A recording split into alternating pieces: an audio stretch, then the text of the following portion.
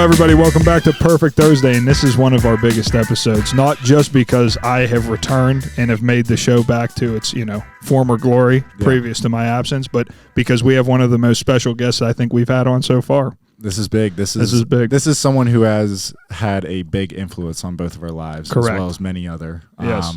We've been talking about doing this for a while, so thank you for finally joining us. Thank you. Coach Salem. Coach Timmy Turbo Salem. Clap it up for the legend. Welcome. Welcome. Is that big with a capital B? Oh, that's the biggest that's B we huge can find. with the capital H. So that's listen, what's going on? Coach, listen, we've been talking about who would be our first kind of outside of the player bubble that we had. Like we did current players, NFL guys. We even did Bostic for a little bit with a little radio presence, but we wanted to know who the Pitt TE, who was a coach that was going to come on first, and I put a lot of money that it was going to be you. I think Jakey over there thought it was going to be Coach Partridge, but I was always saying. No, I was on Salem the whole time. I brought my hat, but I've not seen that money yet.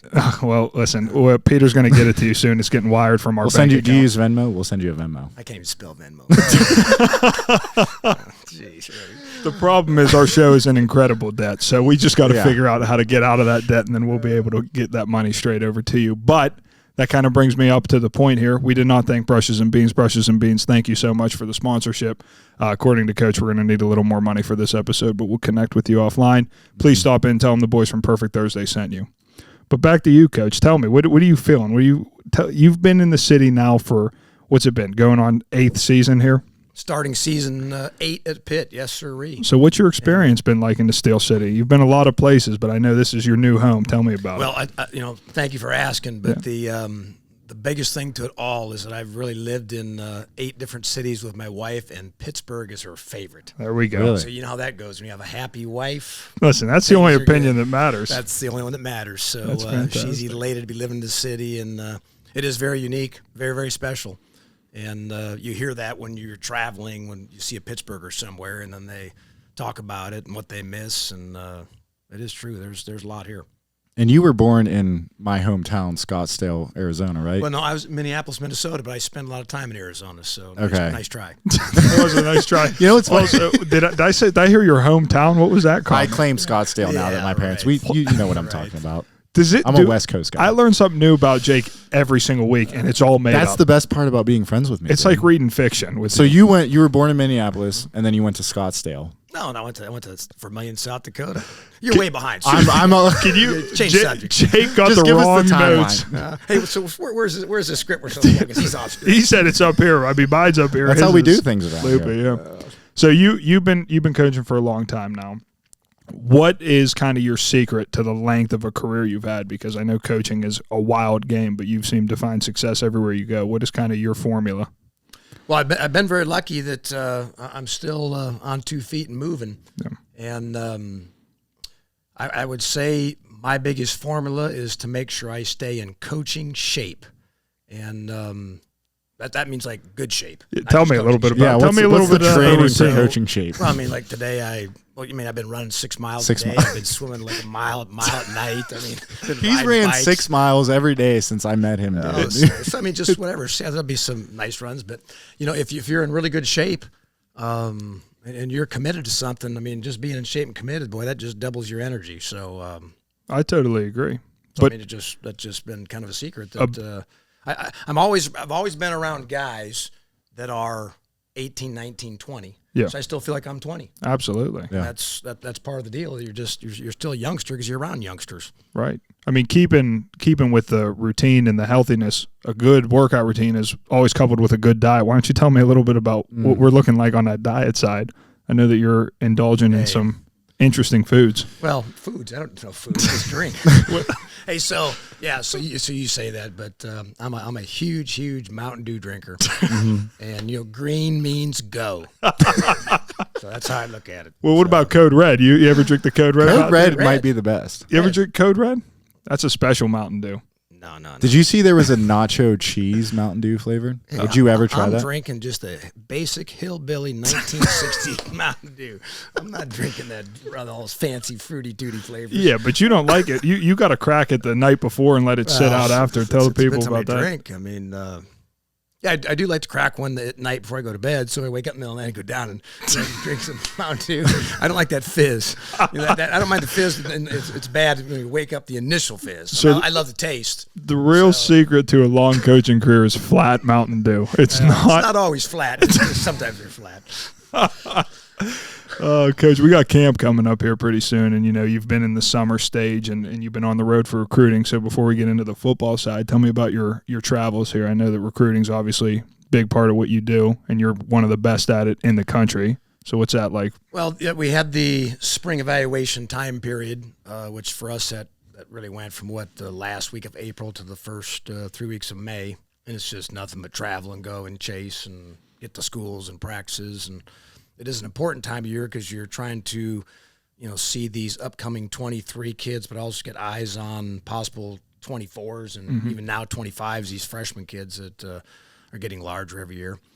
And then the month of June was fast-paced with, coaching our own kids, the players and the team, and then having all the kids that came on official visits, plus all the camps that we had.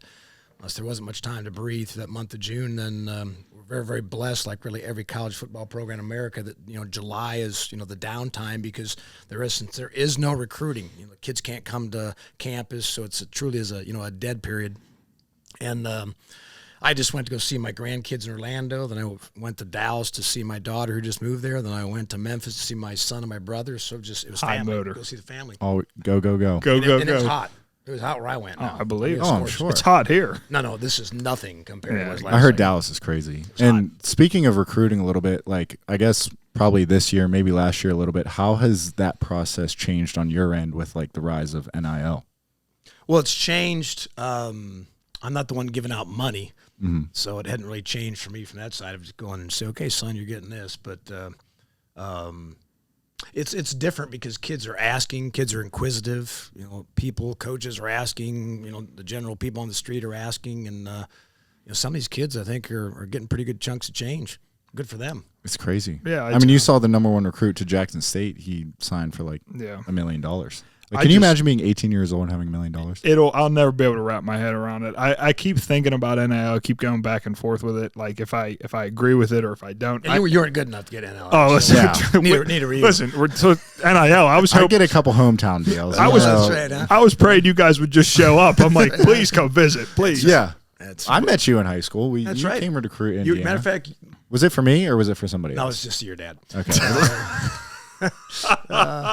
Matter of fact, one of my very first days as a Pitt coach, I made a little swing through Butler and Indiana, that little part of Pennsylvania, and actually stopped and saw you because your sister told me I had to stop. Yeah. So I wanted to go to shake your dad's hand and ask who the prospects are, and your dad pointed to some kid out in the cafeteria, which was you. That was me. That was you. There it is. I was about $1.85 back then. Who would have thought I'd be playing tight end? I was 185 coming out of high school. I was ready to go, and I stepped on a Pitt's campus. I was looking around like, these guys are monsters. But we found a way. Found a way. That's right. You made a great tackle versus Georgia Tech on stop a fake punt. You forced a fumble, didn't you? I did. I made a couple good plays in my time. Thank you. I appreciate it. Is this going to be about me? Let me get my makeup on. What did I do? You got a couple pump protection calls. Got calls to the right, calls made to a the couple left. audible catches. That's right. Tackled on the 5. But listen, special teams is often the butt of a joke, but it's very important. And I think that something these young kids are forgetting when they get on campus is that special teams is your ticket to the field, especially early on, and people don't put a lot of focus toward it. Well, I'll one you up on that. That yes, it is a ticket to the field, but if you're going to have a special team and a special season, you need special people playing special teams. I'll quote and that. Eric quote that. That's great. And I guess really to credit to you two, these two guys sitting to my right and left, that you knew that was your niche. That was your role. And you, that was the Super Bowl. So when you took the field to run down on kickoff or to block on kickoff return or to be involved in the punt team, I mean, that was a championship rep for our football team because there's people like you who treat it as a championship, which is why you won championships. Right, yeah. Led to good things on both sides of the ball, yeah. So even though you didn't get, quote, playing time in, in essence, the real game of football, that piece of the puzzle that you guys are part of, and I've been on some teams where there was guys like you, and that's why the team was very, very successful and won. No, I agree. So thank you. Oh, no, listen, thank you because thank you, please. Listen, I wouldn't have been even close without making that transition to tight end, toward the latter stages of my career because I was struggling as that was a big linebacker. thing for me, and you and I had very, very similar journeys, and I think my switch over to the tight end room played a huge part in me just following through on. And look where you are now. Yeah, look where we are. Now we're hosting a show. Perfect Thursday. Tune in, please. Please tune in. We should have brought some Mountain Dew today. We should have been. I can't listen, I got some in the car. I know you got some in the car. Let's get it out there. But listen, so you got camp coming up. We talked about the process leading up to camp. This is your big evaluation period of your players. When you approach this season, do you kind of have an idea in your mind about like where you want kids to go, like a direction for them, or do you kind of let each day dictate kind of their path as they move forward through that period? No, they better be a plan on our side of what they need to do, what direction they better go, and hopefully the kids follow through. Mm-hmm. And it's July 15th. Yeah, I don't know if you can say that today, but it's July 15th. Yeah, it's on the show. 15th. Yeah. But we're going to blink our eyes and we're practicing. I mean, we're here practicing like in 2+ weeks. Oh, no doubt. And we're going to blink our eyes. We're going to be playing West Virginia, and the season has started. And it's going to go fast, but yet there's going to be a time frame of, the day-to-day grind of, doing what we got to do. And nowadays, keeping kids healthy is, top priority.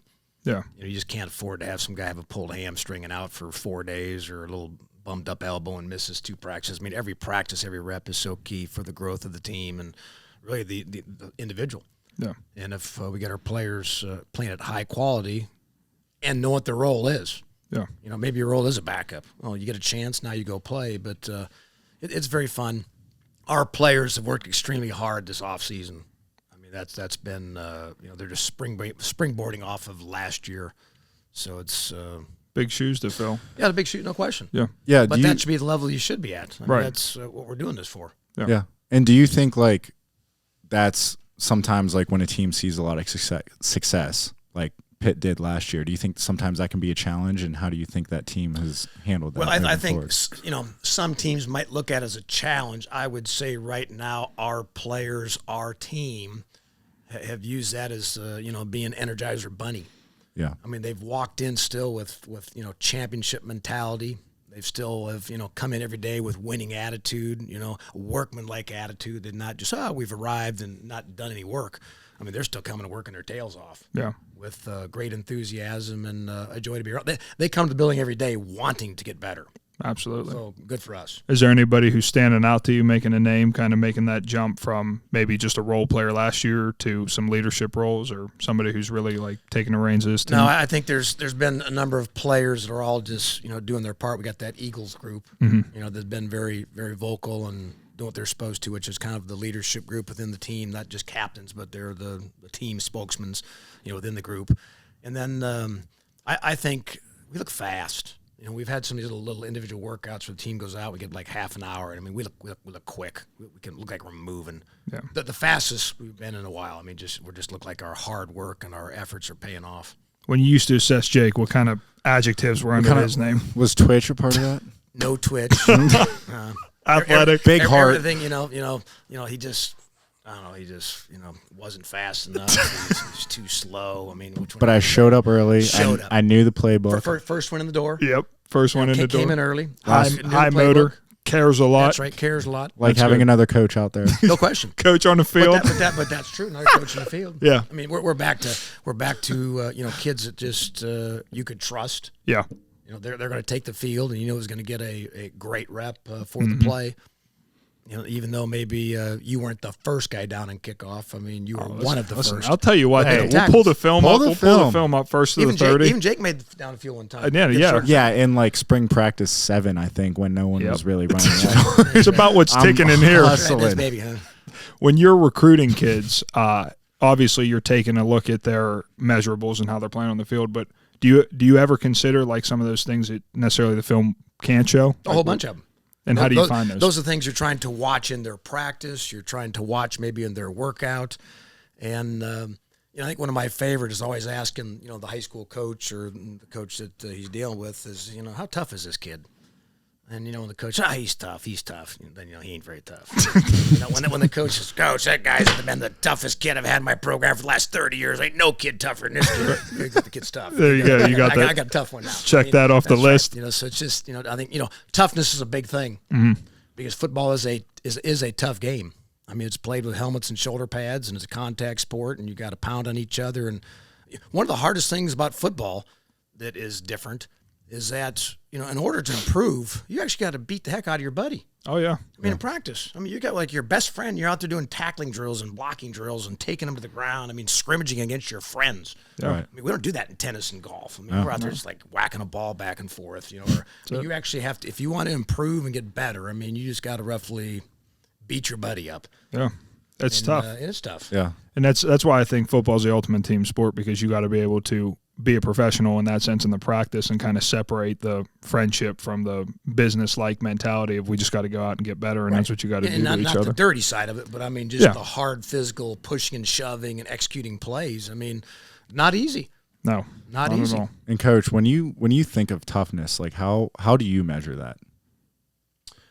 Well, I like to measure the toughness in my mind, how much can a kid, the duration of play after play after play of just, giving effort and being tough and finishing plays.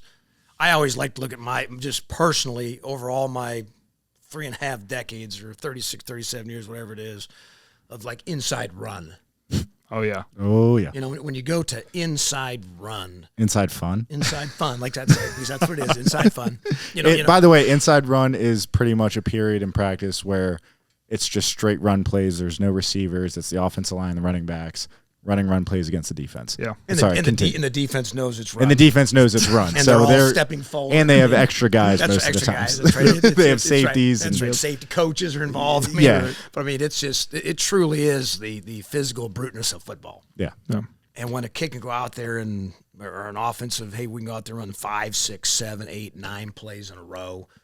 Just grunting and giving it all. To me, that's toughness. That's beautiful. Not just, hey, 2 plays and you're out. Where can you build a duration that kids can, physically do that, want to do that, and just do it. That's beautiful. That's what makes tough players. Exactly. To me, that's what it does. But that's part of the game that you've got to have is to compete and play. You got to have that in your back pocket. Yeah. And obviously, toughness is a pillar of a team, and championship seasons are bred from attributes like that. When you look at last season and all the success you guys found, what were some of the key components that may be different or similar from the previous years that really separated that team from kind of the teams that got close or the ones that failed to reach that level? Well, last year we did have some good players. We had a really good quarterback. Oh yeah, that's the key to any team is how good is your quarterback, and our guy, as we all know, Kenny Pickett, who you said was on the show. Oh, a couple times. Obviously the New Jersey product, but he played well. That was good to have him. But the team, a year ago was very workmanlike. Showed up every day to work, and when a game was over and we won the game, it was like the very next day you're on to the next game. Mm-hmm. The celebrations to a win were like, who cares? Next game, who cares? Because it was the ultimate prize at the end. That was what everybody was chasing. So, it just took how many wins to get there. So you couldn't be happy with win 1 because it didn't matter till you got win 2, which didn't matter till you got win 3 until you got to that game in December, which, that was the focus. Yeah. And we had great leadership. Starting with Kenny because he was a quarterback and a great leader. But we had a lot of other leaders on the team, and the kids who had to follow, they followed. Yeah. So it was fun to be around that ride. And I think there's a lot of kids that just, that we, not me was a huge deal. Just because it was we, the team, it was very, very true. It was important, but that was last year. But that's what you build off, like you mentioned earlier. We've learned from that, and I think the kids learn from that. They're not riding those waves, but they learn. But it's a whole new season. Now you got to make sure that the ball bounces your way, and you make the one big play, and you tackle the guy when you're supposed to, and you make the field goal when you're supposed to. All those small plays are going to become a whole new difference to the start of a new football season. Yeah. And that goes to show you, like, I remember my senior season, we would oftentimes break the schedule up into 4 quarters, kind of to mirror what it is on a game, obviously taking them one at a time. But you'd be amazed when you look back at when the season's all said and done and realize how many games are decided by the thinnest margin? Just we're talking about like maybe 1 or 2 series. Yeah, and 3 points. I mean, we had so many games that were like that. When you realize how critical it is every single play, like how do you translate that to your players and make sure that they're playing every single play like it's their last? Well, that is very true because, football is a game that's, 60 minutes long and, there's going to be 4 or 5 plays that are the play, and you have no idea when that play pops up. Mm-hmm. It might have been the play in the first quarter that was the difference to the whole game that, is the tone setter, sets the enthusiasm, the energy that becomes the big play. But you better keep playing because the next play can be the biggest play. And part of that deal is just those kids' duration that, when you show up to a building, for us, meetings are at 7:30. Don't come in here at 7:20, get your ankles taped in 1 minute and go get something to eat in 30 seconds, think you're going to walk to the meeting. Right. Because when you can show up at 7:30 and be able to have mentally in tune through meetings, practice ends, we're allowed that 4-hour break or that 4-hour time frame. Well, that's what Saturdays are. Yeah. Where can kids just be mentally in tune for 4 hours? Because when you play a game, they're roughly warm up, and you play for 3.5 hours with all the TV commercials. 3.5 hours. I mean, there's your 4 hours. I mean, you got to be able to do that. Right. And Yeah. to stay pumped up and excited and aware and understand what's going on, then things work. Yeah. Definitely. We talked about taking care of your body earlier in this podcast, but I just wanted to bring this up because we talked about it on the show before. You don't sleep in a bed, do you? I do not. Can you kind of dive into that? I tried to tell this story a little bit. It's going to be way better with you telling it. So I would like to. I mean, that goes way back, right? Yeah. The 80s. That goes way back. You had a bad back? Yeah, so I guess when you bring this story up, I got to tell a story. So Yeah, you gotta I'll let you tell it. Yeah, so I had a little back issue in 1984. Okay, and to the point they're talking about, was it herniated, bulging disc, whatever, surgery, blah, blah, blah, whatever the issue was. And I was miserable, and we're not doing this. But I started sleeping on the floor because the floor was flat. It was hard. Mm-hmm. It didn't have that curvature of a soft mattress. My back got better. And then my back got better. And, man, it was great. This sleep on the floor is outstanding. I'm back to full-fledged running, back to going. That's the secret. So that's the secret. So just so happens I've been on the floor for now, 37 years later. So I'll never. I mean, it is truly now a habit. No, I mean, you sleep in the bed every once in a while, though, right? Like I remember you said, like if I go to a hotel room and like that carpet's really lousy, then I'm not sleeping. So we played 14 games last year? Yeah. Out of 14 games, how many did you sleep on the ground, and how many did you sleep on the bed? I'm fortunate we stay at the Westin Hotel here in town. They have good rugs. So I can sleep on the floor. That's here. a good rug out there. That's a good one. Good job, Westin. Shout out to Weston for the rug. Great floor. We're going to start leaving Yelp reviews of the quality of the carpet for Coach Salem. It's probably just I usually don't get good sleep in a bed. Yeah. I mean, listen, to me, I can sleep on the street right out here, Penn Avenue. I believe you. Yeah. I mean, to me, the harder the better. Right, I believe. I mean, it's a nice firm. I'm sleeping. It's just any. Does your back ever bother you now? Concrete It's good. I'm good now, but it truly is habit now. I mean, I just need that hard surface. But I do. I never get up on the wrong side of the bed. Yeah. Never have that issue. Never. No. Because you're just waking up on the floor. Wake on the floor. So never can't wake up on the wrong side of the bed when you just feet on the ground. I do vacuum my bed. There you go. So you got tons of weird habits. Yes, that's right. But There's you got to tell them about the Christmas tree as well. Coach Salem does not buy a Christmas tree. He rather grows it right outside in his front yard, lugs it back and forth. Homegrown. That's beautiful. That's a public. Matter of fact, when was that? It was probably 10 years ago. My wife and I bought one of those little Christmas trees at Lowe's. Not Home Depot, Lowe's. And wait, what's the beef with Home Depot? We are a Lowe's podcast. They give a Lowe's podcast, Okay. Shout out Lowe's. Hopefully we get a sponsorship with Lowe's. We got Weston, we got Lowe's. You guys are set. Oh, we're going crazy. So we bought Mountain Dew. Bought one of those little trees, and just kind of grew. And then the spring and summer, we put it outside, and it grew. That's beautiful. Next thing you know, it's growing to a tree. So now that's our Christmas tree. So. Now we just did last spring bought a backup, so we got the little next guy's coming. Next guy's already next man up. Next man up. Next man in mentality. That's right. So we got the backups ready. Coach, we've talked a lot about your current experience with Pitt and how the team's looking, but I want to know a little bit more about your experience as a player and how you got introduced into football at such a young age. I mean, I'm a coach's kid. I think you were right, coach's you were kid. a coach's son. So like, when did football become a huge part of your life, and how did that carry with you when I was growing born. up? Yeah, Right. It's just happens when you're a coach's kid. yeah, You know, you just it's just what happens. I mean, you're just football engulfs your life. If you're in the football world of not only playing but in the coaching world, you're a coach's son, you're a coach's kid. I mean, you find out at a young age what winning and losing is all about. Oh yeah. Just because the family wins, the family loses. I mean, I always have a fun time with in essence the young coaches now when they have kids. I ask them, hey, does so right now, does he know about winning or losing yet? Does he find out about that? Just to see when it turns on and right.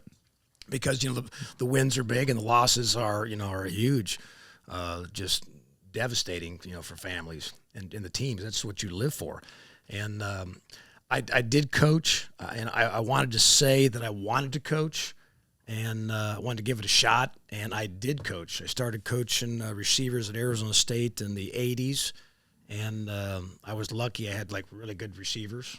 First round draft pick, third round draft pick. I mean, I had like good players, and we went to a Holiday Bowl, went to a Rose Bowl, beat Michigan, and so then I could say, hey, I tasted coaching, and so I was kind of happy. Okay, I coached, I did it, I've experienced it, and then I went off to try and find some jobs.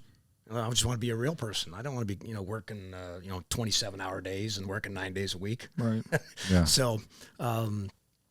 I tried for all sorts of jobs, had interviews, and it was Jostin yearbooks and Special Olympics and this and that and and it's just you're no experience or too young or too intense or too this. I mean, it was like excuse that. What are you kidding me?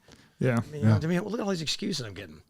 And then someone said, "Do you want to coach?" I better coach. There you go. And So then you're I right back had to to coach. Went right back. I had to coach.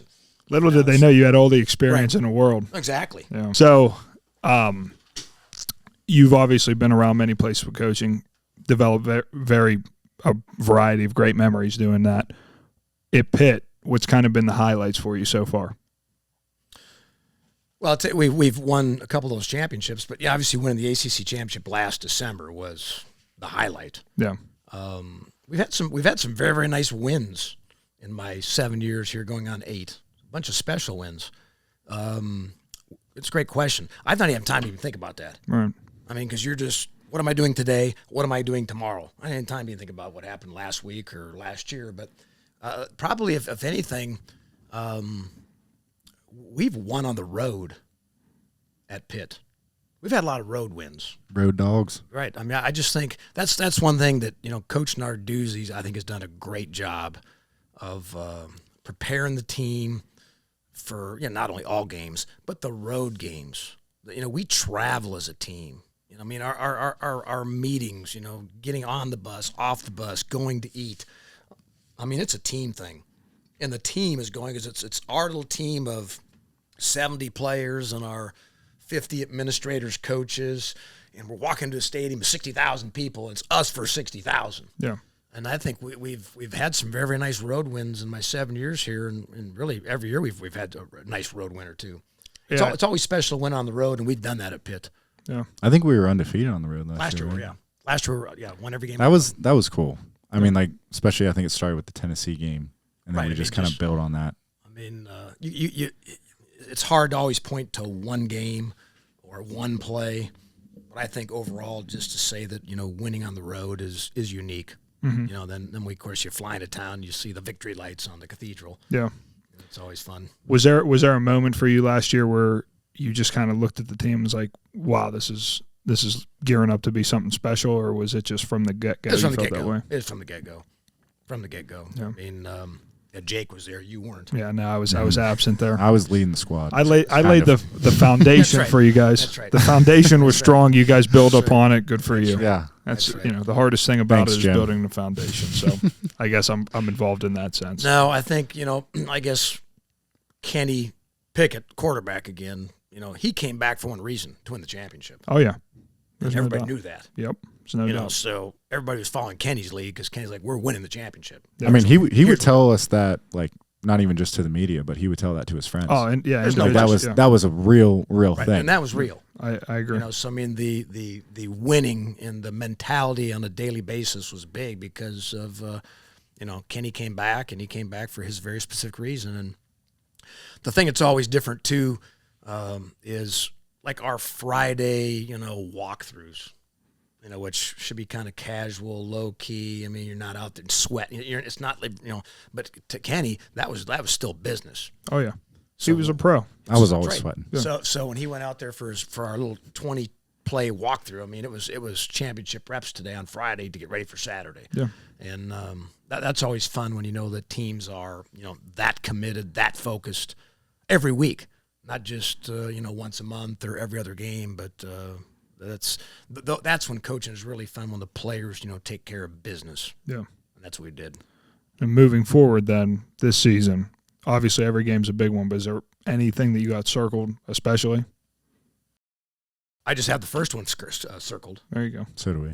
So do we. Yeah, but we're doing it you're doing it because that's the next game. That's one that matters. We're doing it because we like the rivalry. Yeah, I've been here for, year 8, like we mentioned earlier. And, I'm a college football fan. I'm a college, football coach. I've been involved in other rivalries, and rivalries are special. And to have this backyard brawl back. Mm-hmm. Yeah, that's it. My God, how could you not be excited? I agree. As a fan, as a coach, as a player, it doesn't matter. Just that being back for football is big. And I'm glad that's happening. And, we got to be all pop off to each other and, point at each other and tell jokes and what we should be able to. It's a backyard brawl. Oh yeah, Perfect Thursday is going to be all over that game. Oh my God, got some big things in the works for it. Matter of fact, you say that. So when I went to visit my daughter in Dallas last week, one of her friends that I met was a West Virginia alum. Okay, and I think she's got to be probably in her late 20s. And, she right away, I brought that up. So, the Pitt in West Virginia. Oh, yeah, I know. And she like, right to know. And then she said something. She even told a West Virginia joke back to me. I'm like, I thought, okay, how about that? Right, yeah. And she's telling West Virginia jokes. Not me. She was telling them. I thought that was kind of. Listen, tell her. Say you're on the rooting for the wrong side. Well, no, she's telling a joke. She said, well, you know how you compliment a West Virginia girl, don't you? I looked at her. She goes, nice tooth. She's the one who said that. I thought, how about that? That's great. That's great. She knows. She knows. What do you see anything happening to kind of the tradition, like you talk about the backyard brawl and rivalries with, all the conference realignments that have been discussed recently? Like, do you think that's really going to change the landscape of college football? I don't even think about that because it's not happened yet. Right. And if it does, that's a great answer. So, that is a great answer. What does it matter, Jake? Let's just move on from that question. Jake's worried about things that haven't happened yet. That's right. Unbelievable. We have a game on Thursday here in a couple weeks. There we go. Yeah, that's what we're worried about. Well, we're doing a podcast right now. That's what we need to focus on. That's true. I'm glad we finally did this, by the way. Yeah, it's an honor or a pleasure. Which one is it? It's both. Oh, it's both. It's both. It's an honor and a pleasure to be here. Believe it or not.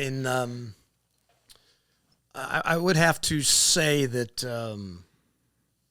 over my years, I've been very fortunate. I've coached first-round draft picks. I've coached, guys that have played NFL football a long time and really good football players. But, when you're involved with players that, come in as walk-ons and you watch them grow and put roots in the ground and don't get. I'm sorry. You're flexing. I'm going to tear up over here. Just trying to look good for this one. And to, I guess, earn a scholarship, contribute to the team, contribute not just the team of being on the team, but as in wins and championships. That's unique.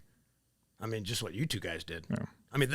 Those are almost as much to say you're a part of as in a person as coaching some first-round draft pick that, moves on. And oh, yeah. It's all relative. Like, whereas someone who has the capabilities to go play in the NFL, like their goal is to get to that draft day and get drafted. Right. Like, when I honestly assessed myself, my capabilities, I was like, is the NFL something realistic for me? It could be. No. I never even. But more so than that. I was like, I just need to get this scholarship. That was my NFL draft right there. Right. That was, or I want to run down the field on kickoff. and Right. tackle inside the 20-yard line. I agree. I mean, just We had a couple catches though. Oh yeah, that's we right, don't that's right. listen, we We had did. catches. We had a couple For first catches. downs. Yeah, a couple good blocks. Listen, and I would. he never got to cross that one white line Where's that? at the end of the end zone. I got what- tackled on He like never- the he 3-yard never- line. He never had to cross that special white line. We're down not- on each we're not end of the guys field. You know what sucks is every time we would watch that clip, he would run it back, and just say like, just make a move or something. Right, I mean, I something. got tackled on the 3-yard line. He said, "Oh, I guess Jake didn't want to score." No, right. listen, But you know what? He was 9 feet short. we and scored in practice. Not We to got some not great to boast practice myself, clips. but I did block on the next play for AJ Right. Davis to score. That's right. And I was just as fired up. So That's right. Do you have a ring? I do. Do you have a ring that says championship? I do. Yeah. I So don't, what I don't was have that? one. I don't have one of those. I have a ring. You got a that says- coastal. I got a coastal ring. Yeah, you got a coastal ring. Yeah, you have that's something true. that That's says true. championship on it. That is true. I do. So I mean that there is very, very unique. Yeah. That you can say that I played and was part of a championship team. Yeah. I mean, you'd like to think that every kid in America should have that opportunity to at least try, Go earn, for or it. do that. Right. Well, you guys have got that. Yeah. And it'd be something to do with you for the rest of your life. You got Yeah, a couple special. of those, don't you? You got ACC. You have 3 different conferences, right? Because I remember you talking about this at the dinner table one time. I have an ACC. I have a Big Ten. And I have a Pac-10.